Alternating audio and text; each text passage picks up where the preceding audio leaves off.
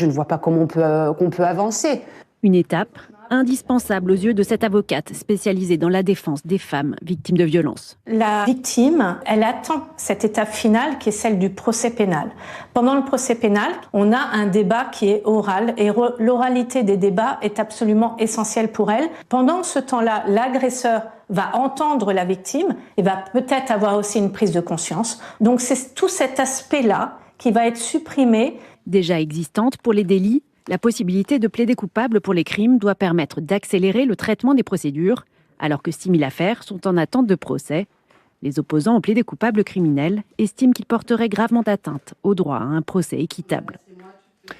Le plaider coupable, une justice plus efficace ou une dérive à l'américaine? On en débat tout de suite avec mes invités. Dominique Vérien, bonsoir, bienvenue. Vous êtes sénatrice centriste de l'Yonne, membre de la commission des lois et présidente de la délégation droits des femmes et co-rapporteur du texte sur ce projet de loi sur la justice criminelle et le respect des victimes. Louis Degos, bonsoir, bienvenue. Bonsoir. Vous êtes le bâtonnier de l'Ordre des avocats du barreau de Paris. Béatrice Brugère, bonsoir. Et bienvenue, secrétaire national d'unité magistrat FO. Et Jean-Sébastien Ferjou est évidemment resté à mes côtés, directeur du site Atlantico-éditorialiste pour Sens Public. On va poser un peu le débat. À Dominique Vérien, est-ce que vous êtes favorable à cette réforme? Et si oui, pourquoi?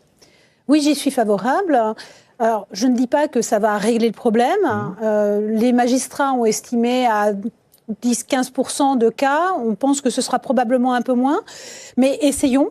Ce sera toujours ça. Et je pense qu'effectivement, et d'ailleurs ce que vous disiez tout à l'heure dans le reportage, des victimes s'en trouveront aussi mieux. Si on peut aller un peu plus vite pour avoir vraiment un procès et pas attendre 8 ans, 10 ans. J'ai rencontré à Aix-en-Provence des victimes qui attendaient pour un viol d'avoir un procès et la femme n'arrive pas à se reconstruire. Là, on aurait évidemment un auteur qui aurait déjà reconnu les faits, ce qui est déjà la première des étapes.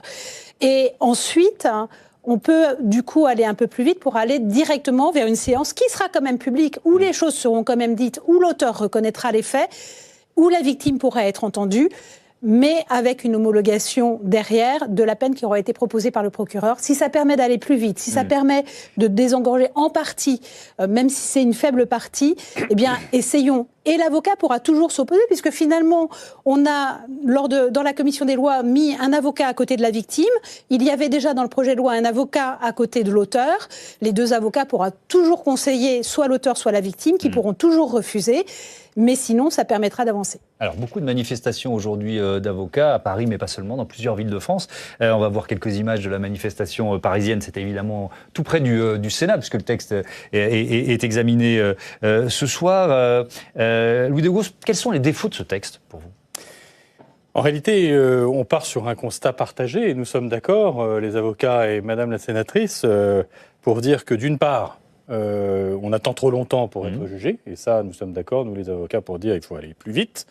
D'autre part, nous sommes d'accord aussi pour dire que ce texte ne réglera pas ces défauts-là structurels.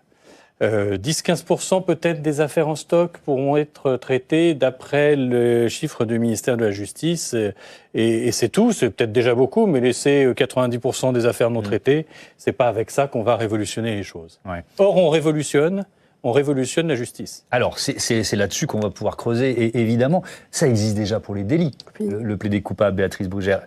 Oui. Peut-être si on peut faire un constat, est-ce que ça marche pour les délits? Au départ, c'était une opposition telle que vous l'avez montré à l'instant, où d'ailleurs les avocats, et pourquoi pas, étaient contre. Aujourd'hui, non seulement ils sont pour, ils le plébiscitent, et c'est quelque chose qui est rentré vraiment dans la justice, puisqu'on en fait pratiquement plus de 50%.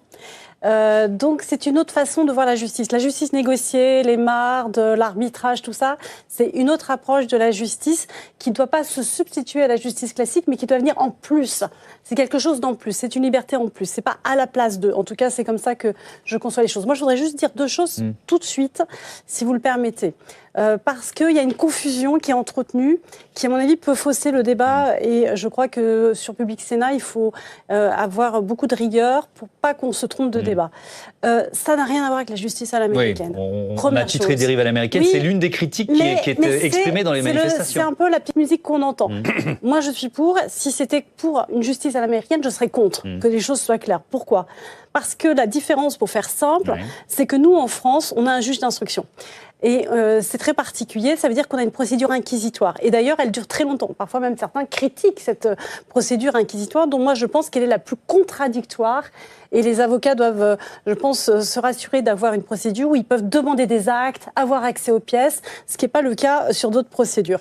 Cette procédure, elle dure en moyenne 4 ans, parce que j'entends à l'américaine, rapide. Déjà, ces 2 arguments sont faux. Ce n'est qu'à l'issue, et c'est obligatoire dans notre procédure, c'est obligatoire, c'est 2% des affaires, les affaires criminelles, qu'il y ait d'abord cette procédure. Donc, il n'y a pas de justice bâclée, il n'y a pas de justice à l'américaine. Deuxième chose, j'ai entendu, et je voudrais tout de suite aussi mettre les choses au point là-dessus, ça serait une atteinte au droit de la défense. Moi, j'entends et je suis très sensible à cet argument, et ça ne serait pas respectueux, même par rapport à la CEDH, par rapport au contradictoire, etc.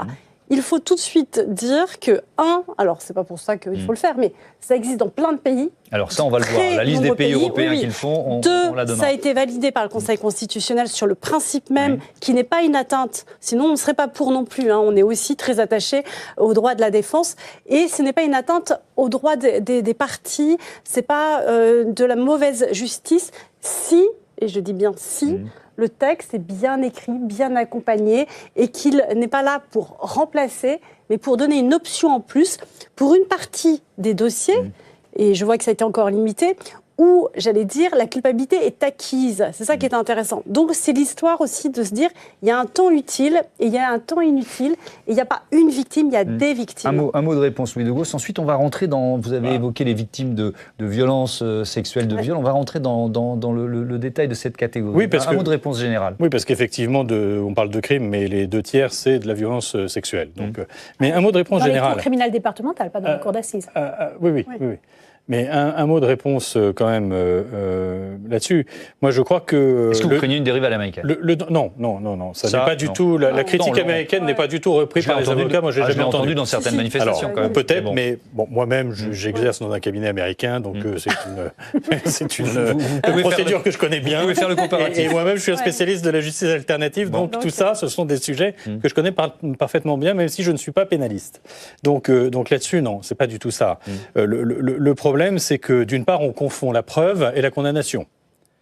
L'aveu, c'est une preuve. La condamnation, c'est une condamnation. Donc la corrélation entre les deux, il y a quelque chose qui ne va pas. Il manque quelque chose. Ce n'est pas parce qu'on a avoué qu'on doit être condamné. On peut avoir avoué, reconnaître les faits et avoir une discussion sur le pourquoi, le combien, le comment d'une condamnation. Deuxième chose, la justice n'est pas un distributeur de peine de prison. La justice, encore une fois, c'est cette corrélation-là qui est dangereuse en réalité, qui fait qu'en s'abstenant d'avoir une audience, parce que l'audience d'homologation n'est pas une audience.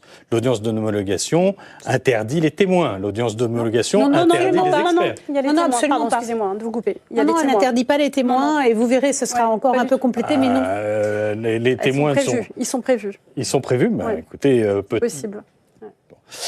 Toujours est-il que c'est une audience courte, rapide, et moi ce qu'on me dit sur les audiences de ce sera entre une demi-journée et une journée complète. Là c'est beaucoup plus que ce qu'on nous dit. C'est très clairement ce que nous présentent les magistrats. Beaucoup plus que ce qu'on nous dit. C'est ce que je dis, tout est dans l'écriture. Bon. Oui. C'est beaucoup plus que ce qu'on nous dit. Les magistrats, très sincèrement. J'ouvre un chapitre dans le reportage de Flora Sauvage, on pointait les risques pour les femmes victimes, victimes de violences sexuelles, de viols. La vice-présidente de la Ligue des droits de l'homme, la magistrate Evelyne Sirmarin, signe une tribune dans Le Monde sur ce thème-là. Elle dit, avec le plaidé coupable criminel, la roue de la justice tournera à l'envers pour les femmes. Voilà ce qu'elle explique. Elle explique les raisons de son opposition, particulièrement pour les victimes de viol. Alors, elle aussi, elle fait le lien avec le modèle américain. Et elle parle d'un traitement judiciaire dégradé pour des raisons purement gestionnaires. Dominique Vérien, c'est évidemment une thématique qui vous tient à cœur. Les femmes victimes de viol seront-elles les premières à pâtir de ce plaidé coupable ? Alors, je ne crois pas. Je crois que d'ailleurs que ce seront les premières à en bénéficier. Tout simplement parce que tout le monde ne peut pas... Gisèle Pellico, tout le monde n'a pas le courage d'affronter... y compris des avocats qui viennent essayer de montrer que, quand même, vous l'avez bien cherché. Et je pense, entre autres, par exemple, à des problèmes d'inceste, où la victime a besoin d'une chose, c'est d'être reconnue comme victime et que l'auteur avoue ce qu'il a fait. Ça permet d'être réhabilité dans la famille. La peine, c'est pas son sujet. C'est vraiment que les faits soient reconnus. Et c'est ça qui est important. Et je pense que dans un viol, c'est ça qui est important. Et si on peut avoir la reconnaissance du viol, et ce ne sera pas forcément des viols d'ailleurs qui passeront dans ce plaidé coupable, parce qu'en règle générale, les auteurs de viol reconnaissent peu les faits. Mais donc je ne suis pas sûre que ça concernera beaucoup de viols. Mais si ça en concerne, si l'auteur reconnaît le viol, et si au lieu d'encourir 20 ans, il n'a que 17 ans, franchement, je pense que la victime sera contente quand même. Et que la victime ne souhaite pas de confrontation dans un procès. Parce que la victime, toutes les victimes ne souhaitent pas avoir 3 jours à affronter et l'auteur et ses avocats. Ouais, alors je veux bien... Allez-y, Louis de Gaulle. Pardon, mais la Fondation des femmes dit exactement le contraire. Dans une tribune tout à fait récente, en disant que justement la parole des femmes victimes de viol est nécessaire. Alors peut-être y a-t-il effectivement des victimes qui n'ont pas envie d'aller affronter, mais pour ne pas aller raconter leurs sévices, mais peut-être ont-elles envie de parler